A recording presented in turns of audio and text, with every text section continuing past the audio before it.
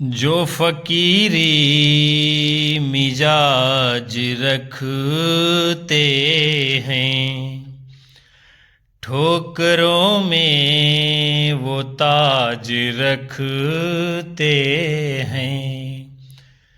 फिक्र होती नहीं उन्हें कल की, अपनी मुट्ठी में आज रखते हैं। अपनी मुट्ठी में आज रखते हैं।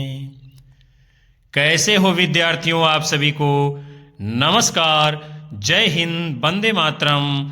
आप सभी लोग विजिट कर चुके हो दीपक लक्ष्य हब एजुकेशनल चैनल पर, जो सिर्फ आपके लक्ष्य पर चर्चाएं करता है। विद्यार्थियों, अपनी मंजिल की तलाश में सफ़र पर निकल पड़िए। भले ही मुश्किलों भरे हालात हों, लेकिन घर से निकल पड़िए। अभी आप लोगों को बहुत सारी जिम्मेदारियों को निभाना है, इसलिए कमर कस लीजिए कुछ कर गुजरने के लिए। कमर कस लीजिए, कल फिर जंग का आगाज होगा। हार हो या फिर जीत, जो कुछ भी हो अपने पास जरूर होगा। इतिहास लिखने के लिए कलम की नहीं, हौसले की जरूरत होती है। तो आइए फिर, आपका स्वागत है। जुड़ जाइए हमारे चैनल पर। पहली बार आए हो तो सब्सक्राइब कर बेल आइकन जरूर दबा लीजिएगा, ताकि आपको भी आने वाली कक्षाएं सुगमता पूर्वक मिलती रहें। कक्षा को एक बार लाइक, कमेंट कर शेयर जरूर कर दीजिएगा। बहुत ही धुआंधार होगा आज का सेशन, जो संपूर्ण राम काव्य की महामैराथन श्रृंखला पर आधारित है। कक्षा को पूरा वॉच करिएगा और देखिए शानदार आज के सेशन का पहला प्रश्न आपकी नजरों के सामने है। श्री रामानुजाचार्य की भक्ति किस भाव की है? दास्य भाव, साख्य भाव, दाम्पत्य भाव, इनमें से कोई नहीं। इस प्रश्न का जवाब आप सभी लोगों को करना है। श्री रामानुजाचार्य की भक्ति किस भाव की है? आपका समय शुरू हो रहा है। तो आप सभी ने विद्यार्थियों इस प्रश्न के जवाब में यदि अपना उत्तर चुन लिया है विकल्प ए, तो बिल्कुल सही होगा। रामानुजाचार्य जी की भक्ति किस भाव की है? दास्य भाव की। और दास्य भाव में क्या होता है विद्यार्थियों? जहां पर ईश्वर को अपना स्वामी मान लिया जाता है और अपने को ईश्वर का दास मान लिया जाता है। अगले क्रम की ओर चलेंगे। आपका प्रश्न है, राघवानंद जी किस महान व्यक्ति के गुरु थे? कबीरदास, मध्वाचार्य, रामानंद, सूरदास। किसके गुरु हैं? राघवानंद जी। आप लोगों को अपना सही उत्तर करना है। तो यदि आप सभी का जवाब आ रहा है क्या विकल्प सी, तो बिल्कुल राइट आंसर होगा। यानी रामानंद जी के गुरु कौन थे? राघवानंद जी।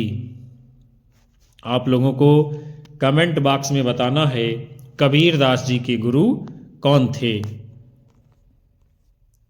आपका अगला प्रश्न है, गोरख जगायो जोग, भगति भगायो लोग। गोरख जगायो जोग, भगति भगायो लोग। किस कवि की पंक्तियां हैं? सूरदास, तुलसीदास, सूर्यकांत त्रिपाठी निराला, संत रविदास। आप लोगों को अपना सही उत्तर करना है। और इन पंक्तियों में क्या बताया जा रहा है, इसका अर्थ क्या है कि गोरखनाथ का जिस समय उदय होता है तो वो लोगों के अंदर जोग यानी योग को जगाने का काम करते हैं, लेकिन लोगों को योग सिखाने के साथ साथ उनके अंदर का जो भक्ति भाव है वो दूर भागने लगा था।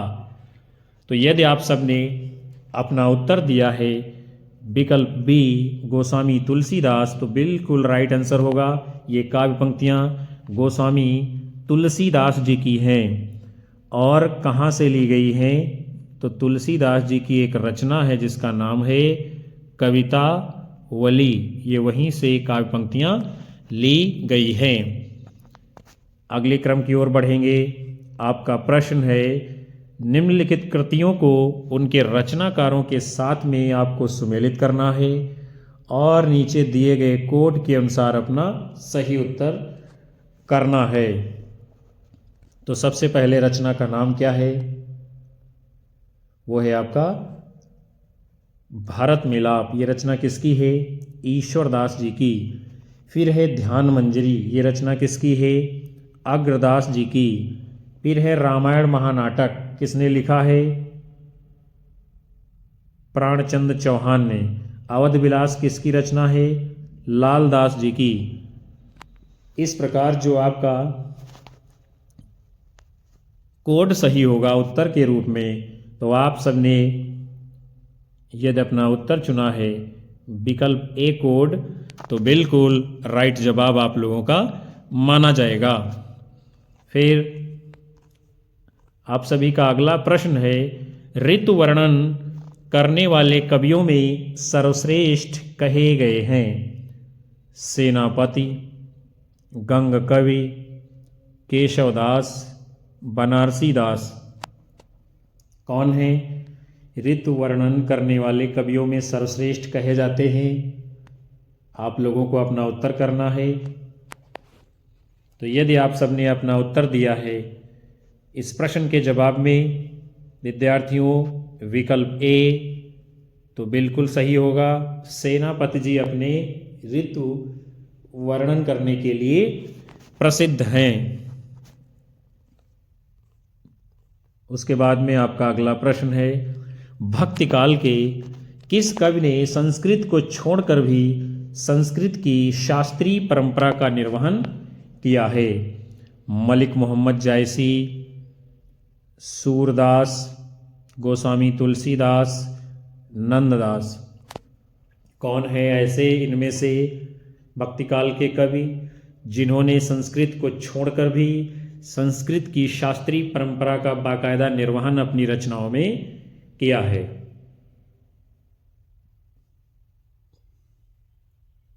तो विद्यार्थियों आप सभी ने अपना उत्तर चयन किया है विकल्प सी, तो बिल्कुल सही जवाब आपका माना जाएगा। गोस्वामी तुलसीदास जी ऐसे कवि हैं जो संस्कृत को छोड़कर भी संस्कृत की शास्त्रीय परंपरा का निर्वहन करते हैं। आपका अगला प्रश्न है भक्ति रस का पूर्ण परिपाक जैसा विनय पत्रिका में देखा जाता है वैसा अन्यत्र नहीं, यह कथन है। आचार्य हजारी प्रसाद द्विवेदी, आचार्य रामचंद्र शुक्ल, डॉक्टर नगेंद्र, वियोगी हरि। किसका है ये कथन विद्यार्थियों? आप लोगों को सोच समझ करके उत्तर करना है इस प्रश्न का। तो यदि आप सभी ने अपना उत्तर चयन किया है इस प्रश्न के जवाब के लिए विकल्प बी, तो बिल्कुल सही होगा। आचार्य रामचंद्र शुक्ल जी कहते हैं कि भक्ति रस का पूर्ण परिपाक जैसा विनय पत्रिका में है देखा जाता वैसा अन्यत्र नहीं है। और आप लोगों को कमेंट बॉक्स में बताना है कि विनय पत्रिका रचना किसकी है और किस भाषा में लिखी गई है। आगे चलेंगे। अगले क्रम में आपका प्रश्न है निम्नलिखित में से कौन सी रचना तुलसीदास जी की नहीं है? बरवय रामायण, बैराग्य संदीपनी, दोहावली, चित्रावली। कौन सी रचना नहीं है इनमें से? गोस्वामी तुलसीदास जी की। आपका समय शुरू होता है इस प्रश्न का उत्तर देने के लिए। तो यदि आप सभी ने अपना उत्तर चुन करके दिया है इस प्रश्न के जवाब के लिए विकल्प डी, तो बिल्कुल राइट आंसर होगा। ये रचना जो है गोस्वामी तुलसीदास जी की नहीं है। और बरवय रामायण, दोहावली, वैराग्य संदीपनी, ये सभी रचनाएं तुलसीदास जी की हैं। चित्रावली फिर ये रचना किसकी है विद्यार्थियों? तो ये है आपके उस्मान कवि की। किसकी है? उस्मान। और उस्मान ये जो है सूफी काव्य परंपरा के कवि हैं, राम काव्य धारा के कवि ये नहीं हैं। आगे बढ़ेंगे। फिर आपका अगला प्रश्न है, निम्नलिखित में से कौन हनुमत चरित्र का रचयिता है? नाभादास, तुलसीदास, अग्रदास, रायमल, पांडे। किसकी रचना है हनुमत चरित्र? इस प्रश्न का आप सभी ने यदि उत्तर दिया है विकल्प डी, तो बिल्कुल सही होगा। हनुमत चरित्र ये किसकी रचना है? रायमल पांडे जी की। आप लोगों को कमेंट बॉक्स में बताना है कि अष्टयाम रचना किसकी है। आपका अगला प्रश्न है, तुलसीदास किस दार्शनिक मत के भक्त कवि थे? अद्वैतवाद, शुद्धाद्वैतवाद, द्वैतवाद, विशिष्टाद्वैतवाद। फटाफट से आप लोगों को अपना उत्तर करना है। तुलसीदास किस दार्शनिक मत के भक्त कवि थे? क्या होगा इसका जवाब? आप सभी ने अपना उत्तर चुना है यदि विकल्प डी, तो राइट होगा। तुलसीदास विशिष्टाद्वैतवाद के दार्शनिक मत के भक्त कवि हैं। आप लोगों को बताना है कि अद्वैतवाद के प्रवर्तक कौन हैं। और ये जो आप द्वैतवाद देख रहे हैं, द्वैतवाद के प्रवर्तक कौन हैं? मध्वाचार्य जी। कौन है? मध्वाचार्य जी। आपको बताना है अद्वैतवाद के प्रवर्तक कौन हैं। फिर अगले क्रम में आपका अगला प्रश्न है, यानी पंक्तियां दी गई हैं और उसमें पूछा जा रहा है कि राम ने कौन सी मनोदशा को लक्षित किया है। क्या है पंक्तियां? चलनो अब केतिक पर्न कुटी, चलनो अब केतिक पर्न कुटी, पर्न कुटी करी हों कित होए, चलनो अब केतिक पर्न कुटी। यानी सीता जी क्या कहती हैं? प्रभु श्री राम के साथ में नंगे पैरों चल रही है और कहती है कितना भी चलना है, आपकी पर्णकुटी कहाँ पर है, कितनी दूरी है अभी बची हुई। और इन पंक्तियों में पूछा जा रहा है राम ने कौन सी मनोदशा को लक्षित किया है? चंचलता, प्रसन्नता, मधुरता, आतुरता। क्या होगा इस प्रश्न का जवाब? आप सभी लोगों को करना है। तो यदि आपका उत्तर आ रहा है इस प्रश्न के जवाब में विकल्प डी, आतुरता, तो बिल्कुल सही होगा। यानी क्या है? आतुरता का अर्थ यहाँ पर क्या है? चलने की जल्दी है, कितनी जल्दी पहुंचा जाए अपने स्थान के ऊपर। आगे चलेंगे। आपका प्रश्न है, क्या है?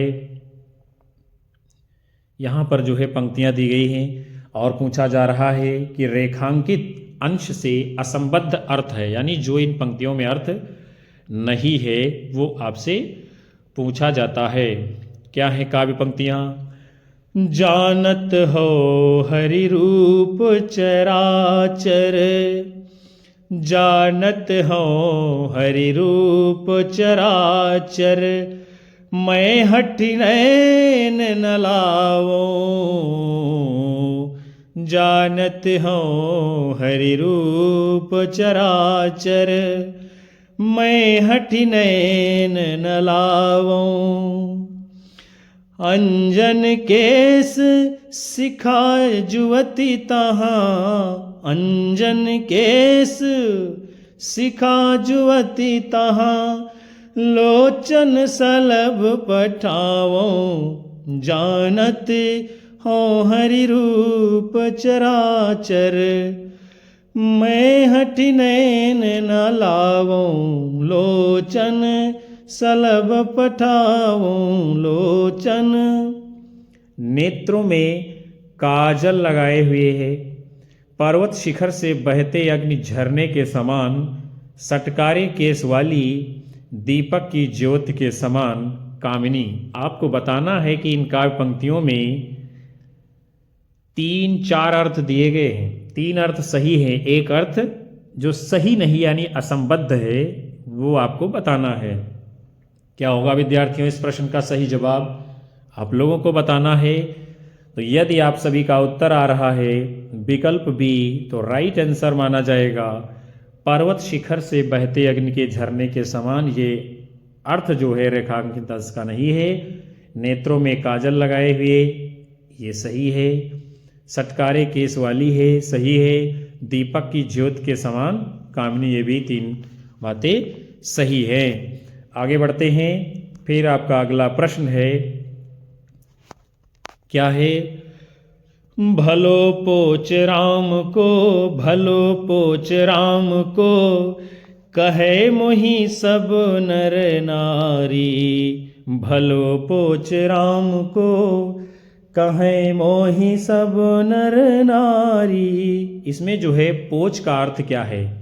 नीच, उत्कृष्ट, भक्त, अनुगामी। क्या है अर्थ पोच का? आप सभी लोगों को बताना है। तो यदि आप सभी का जवाब इस प्रश्न में आ रहा है विकल्प ए, तो क्या है? सही माना जाएगा। पोच का अर्थ क्या है? नीच। फिर आगे बढ़ते हैं। आपका प्रश्न है, यहां भी जो है काव्य की पंक्तियां दी गई हैं और पूछा जा रहा है कि इसमें महामुनि से आशय क्या है? गज उधारी हरिथप्यो विभीषण, ध्रुव बिचल कबहू न टरै। गज उधार हरिथप्यो विभीषण, ध्रुव बिचल कबहू न टरै। अम्बरीश की सांप सुरत करी, अम्बरीश की सांप सुरत करी, अजहू महामुनि ग्लानि गरे। अबिचल कबहू न टरै, ध्रुव अबिचल कबहू न टरै। वाल्मीकि, वशिष्ठ, दुर्वासा, अम्बरीश, इन पंक्तियों में क्या है अर्थ? महामुनि यानी किसकी चर्चा की जा रही है, किसकी बात की जा रही है? आप लोगों को अपना उत्तर बताना है।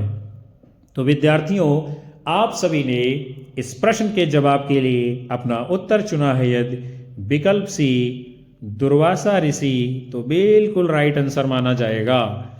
आगे चलेंगे। अगले क्रम में आपका प्रश्न है, वियोगी हरि ने तुलसीदास को किस संप्रदाय में परिगणित किया है? परिगणित का अर्थ क्या होता है विद्यार्थियों? आप सबको बताना है। स्मार्त वैष्णव, वेदांती, निम्बार्की, रामानंदी। क्या है इसका उत्तर? वियोगी हरि जी ने तुलसीदास जी को किस संप्रदाय में परिगणित किया है? आप सबने अपना उत्तर दे दिया होगा। यदि अपना उत्तर चुना है इस प्रश्न के लिए विकल्प डी, तो बिल्कुल सही माना जाएगा। वियोगी हरि जी ने तुलसीदास को रामानंदी संप्रदाय में शामिल किया है। फिर आपका अगला प्रश्न है, कठिन काव्य का प्रेत किस कवि को कहा जाता है? भूषण, पद्माकर, घनानंद, केशवदास। किसको कहा जाता है कठिन काव्य का प्रेत? बताइए आप लोग अपना सही उत्तर। तो यदि आप सभी ने अपना उत्तर चुना है इस प्रश्न के लिए विकल्प डी, तो बिल्कुल सही होगा। केशवदास जी को कठिन काव्य का प्रेत कहा जाता है। क्यों कहा जाता है? क्योंकि इनकी जो रामचंद्रिका रचना है उसके संवाद इतने क्लिष्ट हैं, भाषा ऐसी क्लिष्ट बना दी है जिसके कारण उनको कठिन काव्य का प्रेत कहा जाता है। आप सभी लोगों को कमेंट बॉक्स में उत्तर करके बताना है केशवदास जी को कठिन काव्य का प्रेत किसने कहा है। आगे बढ़ेंगे।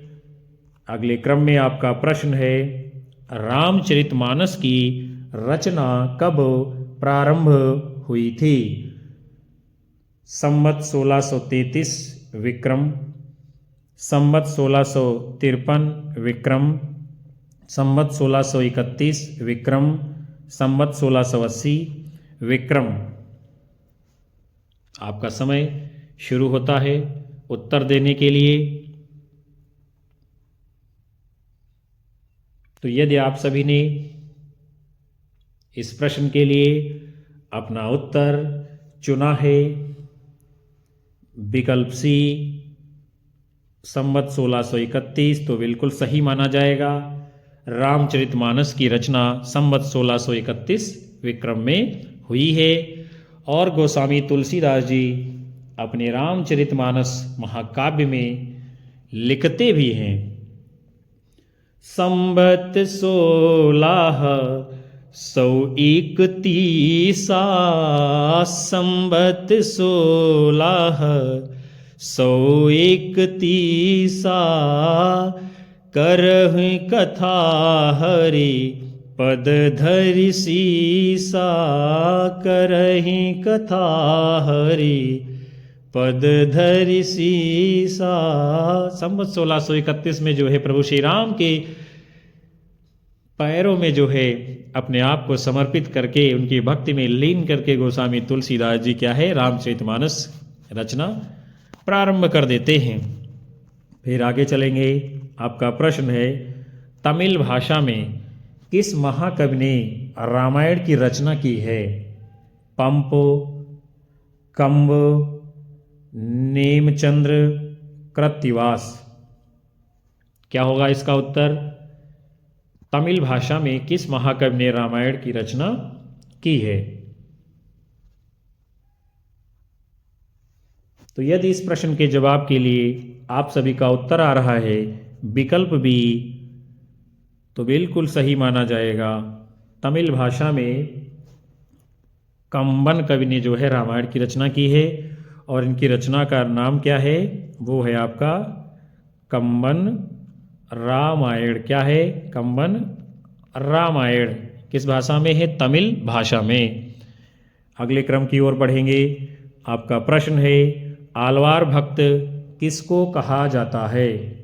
राम भक्तों को, वैष्णवों को, कृष्ण भक्तों को, सूफी कवियों को किसको कहा जाता है आलवार भक्त? तो आप सबका यदि उत्तर आ गया है इस प्रश्न के लिए विकल्प बी, तो बिल्कुल राइट माना जाएगा। वैष्णवों को जो है आलवार भक्त, यानी आलवार भक्तों को वैष्णव कहा जाता है। आगे चलते हैं। आपका प्रश्न है, भक्तमाल की रचना किसने की है? वल्लभाचार्य, हरिराय, गोकुलनाथ, नाभादास। भक्तमाल की रचना किसने की है? आप सभी लोगों को फटाफट से सोच समझ करके उत्तर करना है।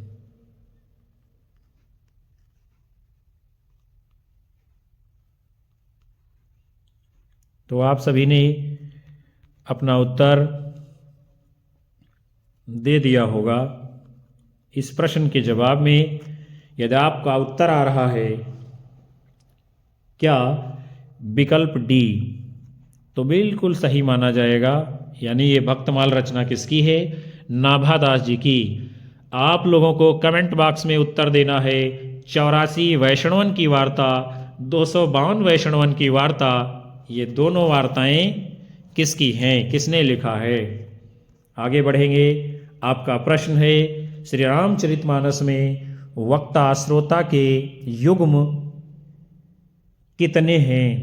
3, 2, 5, 4। कितने हैं श्री रामचरितमानस महाकाव्य में वक्ता श्रोता के युग्म? युग्म का अर्थ होता है विद्यार्थियों, क्या होता है? जोड़ा। क्या होता है? जोड़ा। यानी कितने जोड़े हैं ये आपको बताना है। तो आप सभी ने यदि अपना उत्तर इस प्रश्न के लिए दिया है विकल्प डी, तो बिल्कुल राइट माना जाएगा। यानी रामचरितमानस महाकाव्य में वक्ता और श्रोता के युग्म कितने हैं? 4 हैं। आपको बताना है कि वो 4 युग्म कौन कौन से हैं। आगे चलेंगे अगले क्रम की ओर। आपका प्रश्न है, कथन दिया गया है और पूछा जा रहा है ये कथन जो है किसका है? क्या है कथन? बुद्ध देव के बाद, बुद्ध मतलब गौतम बुद्ध के बाद भारत में सबसे बड़े लोकनायक तुलसीदास जी हैं। ये असाधारण प्रतिभा लेकर उत्पन्न हुए थे। Father Kamil Bulcke, doctor Nagendra, George Grierson, doctor Nand Dulare Vajpeyi. किसका कथन है ये? बुद्ध देव के बाद भारत में सबसे बड़े लोकनायक कौन हैं? गोस्वामी तुलसीदास जी। तो इस प्रश्न का आप लोगों का यदि उत्तर आ रहा है विकल्प सी, तो बिल्कुल सही होगा। ये बात जो है जॉर्ज ग्रियर्सन कहते हैं।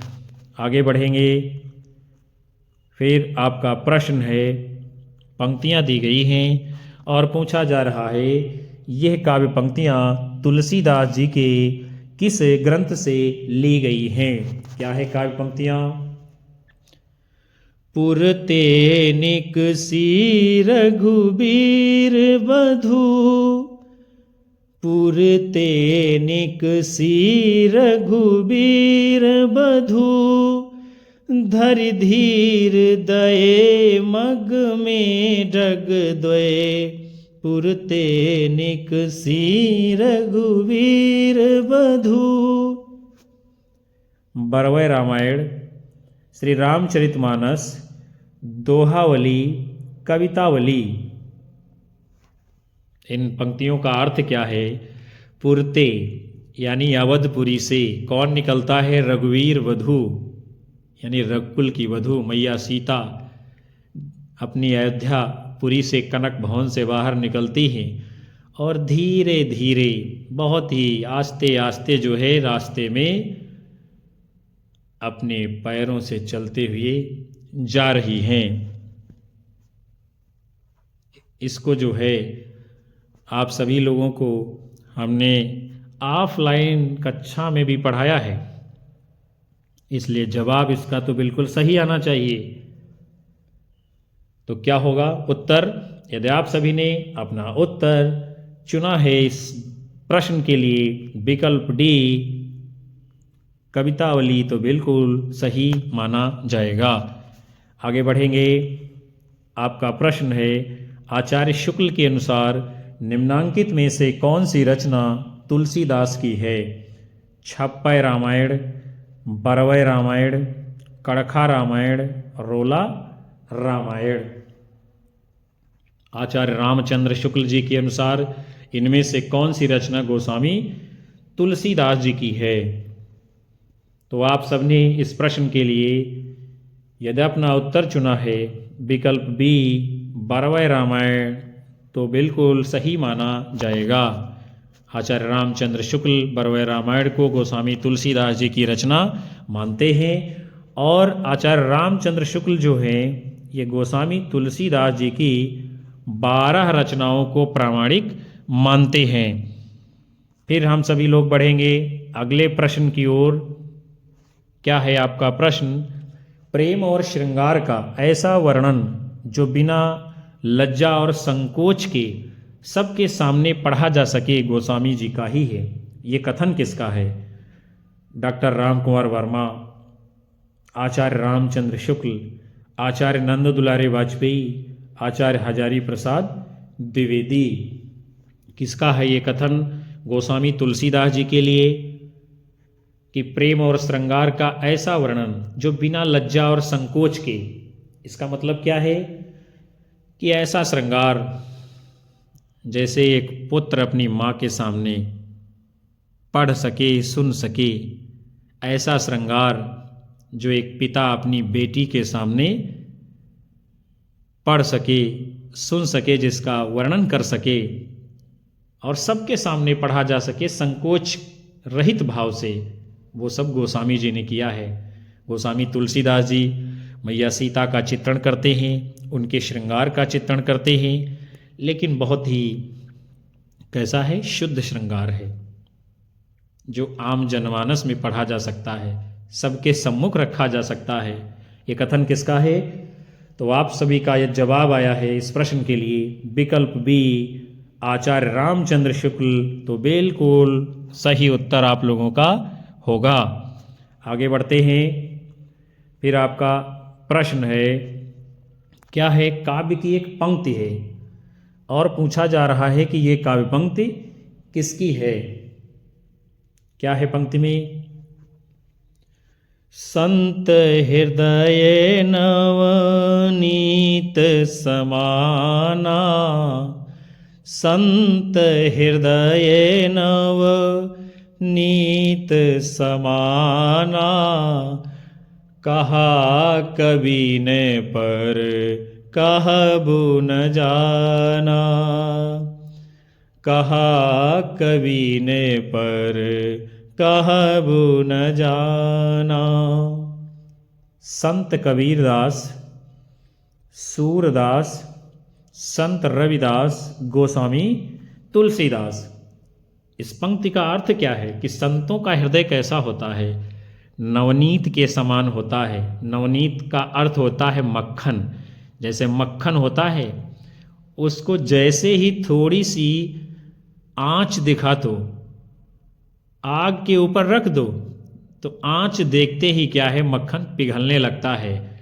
ऐसे ही हमारे वहाँ संतों का हृदय होता है।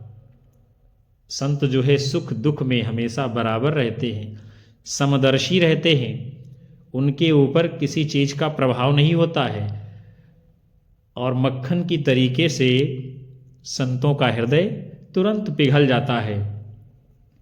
और संत का अर्थ क्या होता है? जिसका हृदय शांत होता है, विचलित नहीं होता है मन, अन्य मनस्क नहीं होता है उनका मन, चंचल नहीं होता है। तो यदि इस प्रश्न के जवाब के लिए आप लोगों का उत्तर आ रहा है विद्यार्थियों विकल्प डी गोस्वामी तुलसीदास, तो बिल्कुल सही जवाब होगा। ये काव्य पंक्ति गोस्वामी तुलसीदास जी की है और कहाँ से ली गई है? रामचरित मानस महाकाव्य से। आगे बढ़ेंगे अगले क्रम की ओर। आपका प्रश्न है, तुलसीदास रचित विनय पत्रिका में पदों की कुल संख्या है 269, 272, 279, 289। कितने पद हैं विनय पत्रिका में? आप सभी ने इस प्रश्न के लिए यदि अपना उत्तर दिया है विकल्प सी, तो बिल्कुल सही होगा। गोस्वामी तुलसीदास जी की रचना विनय पत्रिका में कितने पद हैं? 279। और आप लोगों को कमेंट बॉक्स में बताना है कि विनय पत्रिका किस भाषा में लिखी गई रचना है। आगे चलते हैं। आपका प्रश्न है, इनमें से कौन सा जोड़ा सही है? श्री संप्रदाय, मध्वाचार्य, रुद्र संप्रदाय, विष्णु स्वामी, सनकादिक संप्रदाय, श्री हित जी, राधा वल्लभ संप्रदाय, निम्बारकाचार्य। कौन सा जोड़ा सही है? इसमें आप लोगों को फटाफट से सोच समझ करके अपना उत्तर करना है। क्या होगा आपका उत्तर? तो यदि आप सभी का उत्तर आ रहा है विद्यार्थियों इस प्रश्न के लिए, क्या विकल्प बी, तो बिल्कुल राइट आंसर होगा। यानी सही कौन सा जुड़ा है? रुद्र संप्रदाय विष्णु स्वामी। आगे बढ़ेंगे फिर अगले क्रम की ओर। राम भक्ति शाखा में रसिकोपासना का समावेश किसने किया है? केशवदास, अग्रदास, लालदास, नाभादास। कौन है जिसने जो है राम भक्ति शाखा में रसिकोपासना का समावेश करने का काम किया है?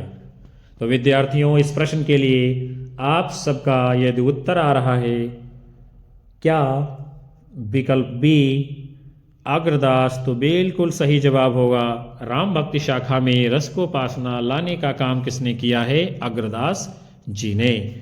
आगे बढ़ेंगे अगले क्रम में। आपका प्रश्न है, महात्मा बुद्ध के बाद उत्तर भारत में सबसे बड़े लोकनायक तुलसी हुए हैं, ये कथन किस विद्वान का है? Acharya Ramchandra Shukla, George Grierson, father Kamil Bulcke, doctor Hazari Prasad Dwivedi.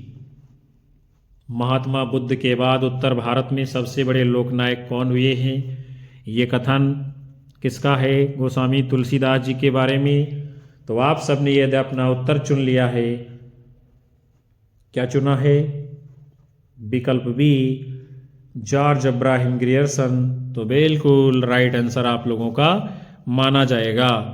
आगे बढ़ते हैं अगले क्रम में। आपका प्रश्न है, इनमें से तुलसीदास जी की किस रचना की भाषा अवधी नहीं है?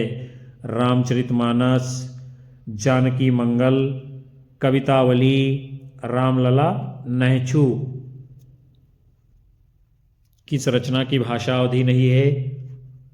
तो आप सभी ने इस प्रश्न के लिए यदि अपना उत्तर चुना है विकल्प सी कवितावली, तो बिल्कुल राइट आंसर होगा, क्योंकि जो कवितावली है ये रचना किस भाषा में है? ब्रज भाषा में। आगे बढ़ते हैं। आपका अगला प्रश्न है, भाषा निबंधमति मंजुल मातनोति किस कवि द्वारा रचित श्लोक का अंश है? वाल्मीकि, कालिदास, तुलसीदास, जयदेव।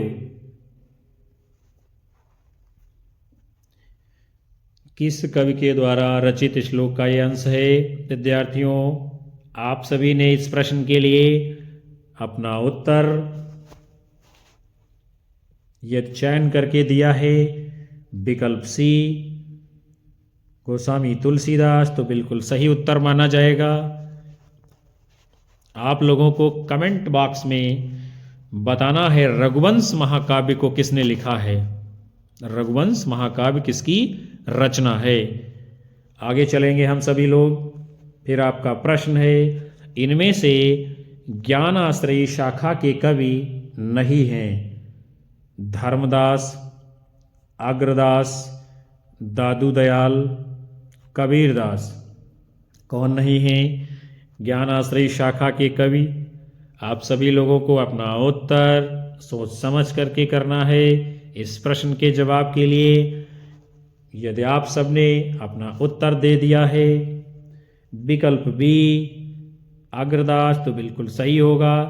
अग्रदास जी ये ज्ञानाश्रयी शाखा के कवि नहीं हैं, ये हैं आपके सगुण भक्ति में। सगुण भक्ति में किस शाखा के? राम भक्ति शाखा के अंतर्गत आने वाले कवि हैं कौन? अग्रदास जी। आगे चलते हैं। फिर आपका प्रश्न है, विनय पत्रिका में काशी के लिए किसका रूपक वर्णित है? कामधेनु, वृक्ष, वन, सूर्य, चंद्र। क्या है इस प्रश्न का सही उत्तर?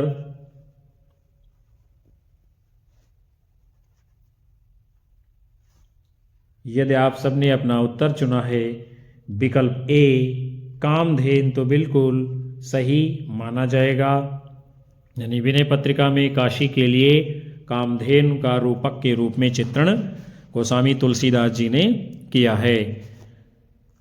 फिर आपका अगला प्रश्न है, काव्य की पंक्तियां दी गई हैं और पूछा क्या जा रहा है कि पंक्तियों में किसके द्वारा किसे संबोधन की कल्पना इनमें की जा रही है। क्या हैं आपकी पंक्तियां? बावरु रावरु नाह भवानी, बावरु रावरु नाह भवानी, दानी बड़ो दिन देत दये बिनु, दानी बड़ो दिन देत दये बिनु, वेद बड़ाई भानी, बावरु रावरु नाह भवानी, बावरु रावरु नाह भवानी, बावरु। ब्रह्मा द्वारा सीता को, तुलसी द्वारा पार्वती को, तुलसी द्वारा सीता को, तुलसी द्वारा काशी को, ब्रह्मा द्वारा पार्वती को। आपसे पूछा जा रहा है किसके द्वारा किसे संबोधन की कल्पना की गई है। तो इस प्रश्न के लिए आप सभी ने यदि अपना उत्तर चुना है विद्यार्थियों, क्या विकल्प ई, तो बिल्कुल राइट आंसर माना जाएगा। यानी क्या है, भगवान ब्रह्मा के द्वारा जो है पार्वती के संबोधन की कल्पना इन पंक्तियों में की जा रही है। फिर बढ़ेंगे हम सभी लोग अगले प्रश्न की ओर। क्या है, काव्य की पंक्तियां दी गई हैं और पूछा जा रहा है कि उपरोक्त पंक्ति में किससे याचना की गई है।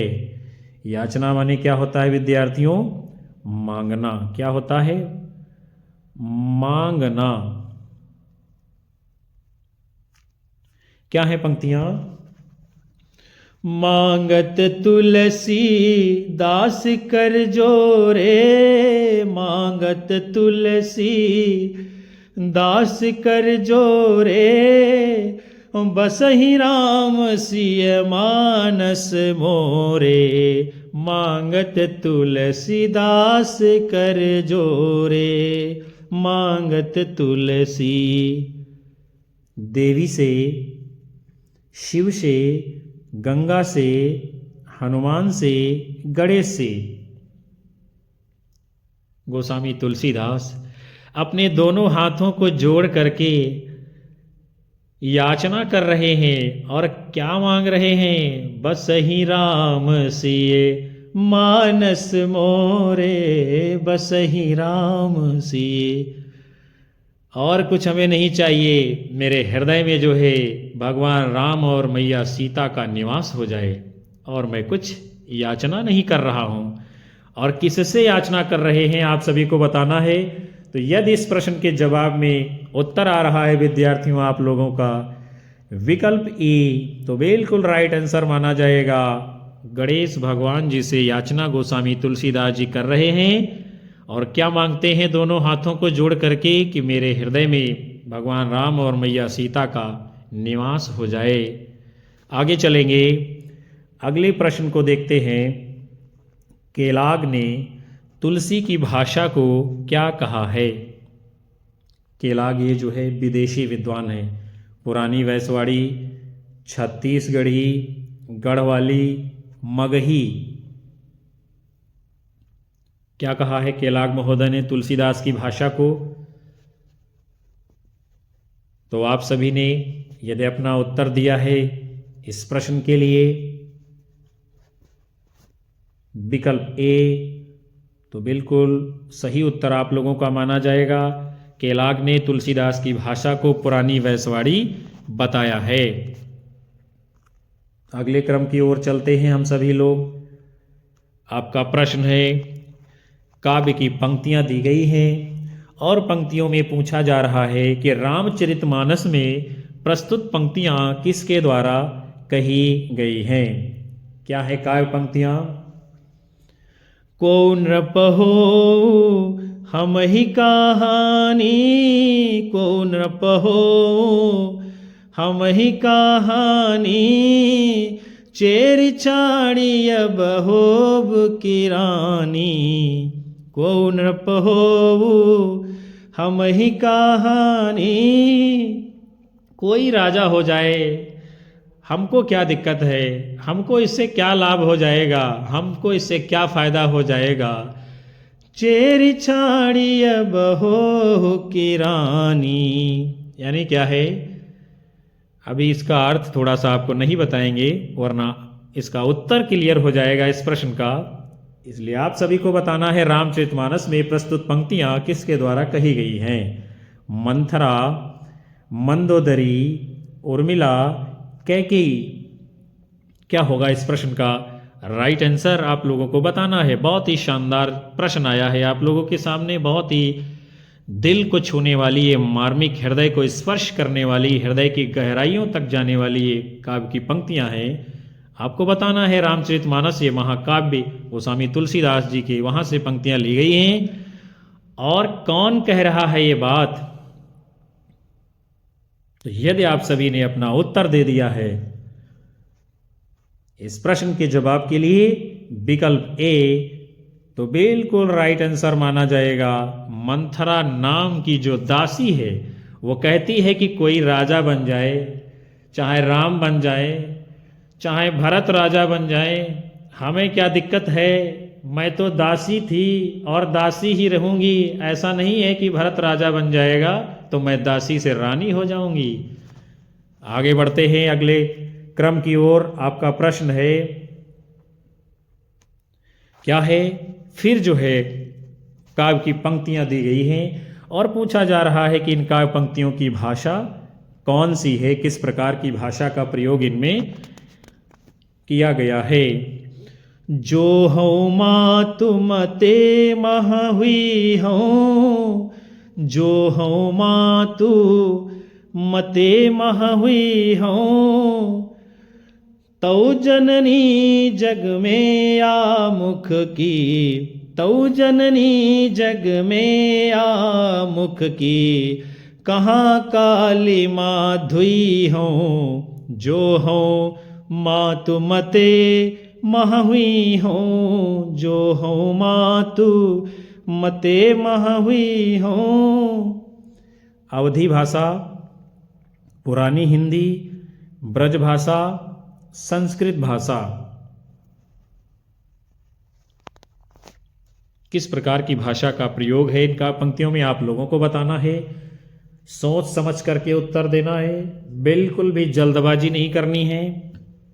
इस प्रश्न के लिए यदि आप सभी का उत्तर आ रहा है विकल्प सी ब्रज भाषा, तो बिल्कुल राइट आंसर आप लोगों का होगा। आगे बढ़ेंगे फिर से अगले प्रश्न के लिए। रामचरितमानस की रचना में कुल कितना समय लगा था? 3 वर्ष 5 महीने, 5 वर्ष 3 महीने, 7 वर्ष 2 महीने, 2 वर्ष 7 महीने। क्या होगा इस प्रश्न का जवाब आप लोगों को बताना है। रामचरितमानस की रचना में कुल कितना समय लगा था? तो इस प्रश्न के लिए आप सब ने अपना उत्तर दिया है विद्यार्थियों, यदि विकल्प डी, तो बिल्कुल राइट आंसर होगा 2 वर्ष 7 महीने। कमेंट बॉक्स में आप लोगों को बताना है भारत के संविधान को लिखने में कितना समय लगा था। अगले क्रम की ओर बढ़ते हैं। आपका प्रश्न है सीता त्रिजटा संवाद रामचरितमानस के किस कांड में वर्णित है? लंका कांड, सुंदर कांड, अरण्य कांड, किष्किंधा कांड। सीता त्रिजटा संवाद रामचरितमानस के किस कांड में वर्णित है? इस प्रश्न के लिए विद्यार्थियों आप सभी ने यदि अपना उत्तर चुना है विकल्प बी सुंदर कांड में क्या मिलता है? सीता और त्रिजटा संवाद। आपका उत्तर बिल्कुल राइट माना जाएगा यदि आप सभी ने विकल्प बी को चुना है। फिर आपका प्रश्न है गीतावली की भाषा किस प्रकार की है, यानी किस भाषा में है ये रचना? संस्कृत, ब्रजभाषा, पुरानी हिंदी, अवधी। आपका समय शुरू हो गया है। सही उत्तर देने के लिए गीतावली की भाषा किस प्रकार की है, तो आप सभी का यदि उत्तर आया है इस प्रश्न के जवाब में विकल्प बी ब्रजभाषा, तो बिल्कुल राइट माना जाएगा। और उसके साथ साथ में आपको कमेंट बॉक्स में उत्तर लिखना है गीतावली ये रचना किसकी है। आगे बढ़ेंगे। फिर आपका प्रश्न है, शुक्ल जी की दुर्बलता यह थी कि वे भारत के हर कवि को तुलसी की कसौटी पर और हर पात्र को राम के आदर्श पर कसकर ही स्वीकार करते थे। ये कथन किसका है? Doctor Nagendra, doctor Ram Kumar Verma, doctor Ganpat Chandra Gupt, Acharya Hazari Prasad Dwivedi. आप लोगों को अपना उत्तर करना है इस प्रश्न के लिए। बहुत ही शानदार स्टेटमेंट है ये। शुक्ल जी की दुर्बलता ये थी कि वे भारत के हर कवि को तुलसी की कसौटी पर और हर पात्र को राम के आदर्श पर कसकर ही स्वीकारते थे। इस प्रश्न के जवाब में विद्यार्थियों, यदि आप लोगों का उत्तर आ रहा है विकल्प सी डॉक्टर गणपति चंद्र गुप्त, तो बिल्कुल राइट जवाब आप लोगों का माना जाएगा। अगले क्रम की ओर बढ़ते हैं। फिर आपका प्रश्न है, रामचरितमानस में कितने कांड हैं? बताना है आप लोगों को फटाफट से। 9, 8, 7, 6। कितने कांड हैं? आप सब ने यदि अपना उत्तर दिया है इस प्रश्न के लिए विकल्प सी, तो बिल्कुल राइट माना जाएगा। रामचरितमानस में कितने कांड हैं? 7 कांड हैं। कौन कौन से हैं, क्रम से लिख करके आप लोगों को कमेंट बॉक्स में उत्तर देना है। आगे बढ़ते हैं। आपका प्रश्न है, निम्नलिखित में से कौन सी तुलसीदास जी की रचना नहीं है? बरवय रामायण, रामाज्ञा प्रश्न, रामचंद्रिका, रामचरितमानस। इनमें से कौन सी रचना नहीं है गोस्वामी तुलसीदास जी की? आप सभी लोगों को फटाफट से उत्तर करना है। तो यदि आप लोगों ने अपना उत्तर दिया है इस प्रश्न के लिए विकल्प सी, तो बिल्कुल सटीक उत्तर होगा आपका। बरवय रामायण, रामाज्ञा प्रश्न, रामचरितमानस, ये तीनों रचनाएं तुलसीदास की हैं, लेकिन रामचंद्रिका ये रचना उनकी नहीं है। फिर ये किसकी है? तो वो हैं आपके केशव दास जी। कौन है? केशव दास की ये रचना है। अगले क्रम की ओर बढ़ेंगे। आपका प्रश्न है विद्यार्थियों, निम्नलिखित में से कौन राम भक्ति शाखा के कवि नहीं हैं? तुलसीदास, सूरदास, अग्रदास, हृदयराम। कौन नहीं है इनमें से राम भक्ति शाखा के कवि? आप लोगों को बताना है। तो यदि आप लोगों का जवाब आ रहा है इस प्रश्न के लिए विकल्प बी सूरदास, तो बिल्कुल सटीक उत्तर होगा। सूरदास ये राम भक्ति शाखा के कवि नहीं हैं। तुलसीदास, अग्रदास, हृदयराम ये तीनों लोग राम भक्ति शाखा के हैं, लेकिन सूरदास किस शाखा के हैं ये आप लोगों को कमेंट बॉक्स में उत्तर दे करके बताना है। आगे चलते हैं। आपका प्रश्न है, कृष्ण गीतावली के रचयिता कौन हैं? तुलसीदास, परमानंद दास, नंददास, सूरदास। क्या होगा इस प्रश्न का उत्तर? आप लोगों को बताना है। तो विद्यार्थियों, इस प्रश्न के जवाब के लिए यदि आप सभी ने अपना उत्तर दिया है विकल्प ए गोस्वामी तुलसीदास, तो बिल्कुल सही माना जाएगा। श्री कृष्ण गीतावली के रचयिता कौन है? तुलसीदास जी। और आप सभी को बताना है कि गीतावली ये रचना किसकी है। आगे बढ़ेंगे। आपका प्रश्न है, केशव को कठिन काव्य का प्रेत किसने कहा है? विश्वनाथ प्रसाद मिश्र, विजयपाल सिंह, रामचंद्र शुक्ल, डॉक्टर नगेंद्र। किसने कहा है केशव को कठिन काव्य का प्रेत? भूत पिशाच निकट नहीं आवे, महावीर जब नाम सुनावे। आप लोगों को उत्तर बताना है, केशव को कठिन काव्य का प्रेत किसने कहा है? तो यदि आप लोगों का जवाब आ रहा है विद्यार्थियों, इस प्रश्न के लिए विकल्प सी, आचार्य रामचंद्र शुक्ल जी ने केशवदास को कठिन काव्य का प्रेत माना है। अगले क्रम में आपका प्रश्न है, कौन सी रचना प्रबंध काव्य नहीं है? रामचरितमानस, पद्मावत, कामायनी, विनय पत्रिका। कौन सी रचना नहीं है इनमें से? प्रबंध काव्य। प्रबंध काव्य यानी महाकाव्य की श्रेणी में आने वाली रचना। क्या होगा इस प्रश्न का उत्तर विद्यार्थियों? आप सब ने यदि चुना है इस प्रश्न के जवाब के लिए अपना उत्तर विकल्प डी, विनय पत्रिका, तो बिल्कुल राइट माना जाएगा। रामचरितमानस ये प्रबंध काव्य है किसका? गोस्वामी तुलसीदास जी का। और कामायनी ये भी महाकाव्य है, किसका है? जयशंकर प्रसाद जी का छायावादी महाकाव्य है। और पद्मावत ये भी महाकाव्य है, किसका है? भक्ति काल के अंतर्गत आने वाली सूफी काव्य परंपरा में मलिक मोहम्मद जायसी जी का। अगले क्रम की ओर बढ़ेंगे। फिर आपका प्रश्न है, अहिंसावाद और प्रपत्तिवाद किस संप्रदाय की देन है? सूफी संप्रदाय, शाक्त संप्रदाय, वैष्णव संप्रदाय, शैव संप्रदाय। अहिंसावाद और प्रपत्तिवाद किस संप्रदाय की देन है, आप लोगों को बताना है। वैष्णव संप्रदाय विद्यार्थियों किसे कहते हैं?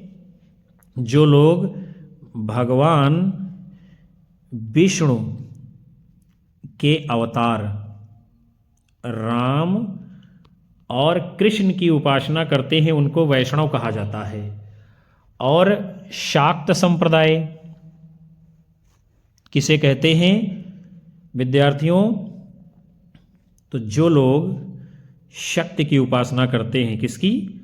शक्ति की उपासना करते हैं, उनको शाक्त कहते हैं। जैसे कि शैलपुत्री, महागौरी, चंद्रघंटा, कालरात्रि, इस प्रकार के जो नौ दुर्गा के नाम आते हैं वो सब किस में आते हैं? शाक्त में, जो शक्ति की उपासना करते हैं। और शैव में कौन आते हैं? शैव का अर्थ विद्यार्थियों क्या है? तो जो भगवान शिव के उपासक हैं उन्हें क्या कहते हैं? शैव कहते हैं। तो विद्यार्थियों आप सभी ने इसका जवाब तो दे ही दिया होगा प्रश्न में, अहिंसावाद और प्रपत्तिवाद किस संप्रदाय की देन है। तो यदि आप लोगों ने अपना उत्तर चुना है इस प्रश्न के लिए विकल्प सी, वैष्णव संप्रदाय, तो बिल्कुल सही जवाब आप लोगों का माना जाएगा। अगले क्रम की ओर बढ़ते हैं हम लोग। आपका प्रश्न है, विनय पत्रिका की भाषा कौन सी है? कौन सी भाषा है आप लोगों को बताना है।